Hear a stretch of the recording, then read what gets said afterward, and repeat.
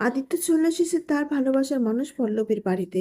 Hello viewers, আগামী পর্বে আমরা দেখতে পাবো যে আদিত্য তার ঠাকুরের সামনে দাঁড়িয়ে প্রণাম করার বলতে থাকে, আমার ভালোবাসা যদি সত্যি হয় প্লিজ তার সাথে একবার দেখা করিয়ে দাও।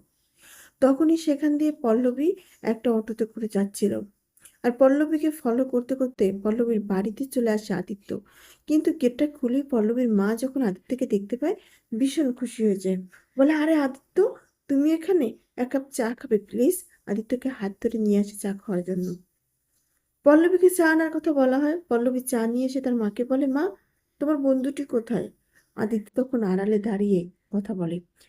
আদিত্যকে দেখলে পল্লবীর কি রিয়াকশন হবে সেটা তো আমরা সবাই জানি। পল্লবীর সাথে আদিত্যর যতবার দেখা হয়েছে ততবারই পল্লবী আদিত্যকে দেখেছে যে কোনো না কোনো মানুষের উপর আঘাত করতে, ভেতরক মারধর করতে।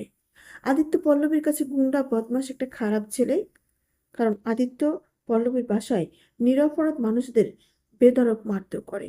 এমন খারাপ ছেলেদেরকে পল্লবী কখনোই পছন্দ করে না। কারণ পল্লবী পছন্দ করে শান্তিপূর্ণ একটা পিসফুল পৃথিবী, যেখানে কোনো ঝামেলা থাকবে না, ঝগড়া থাকবে না, মারামারি থাকবে না। আদিত্য কি করে মন জয় করে নিবে পল্লবীর? আর পল্লবীকে দেখে তার অ্যাকশনটাই বা কি হবে?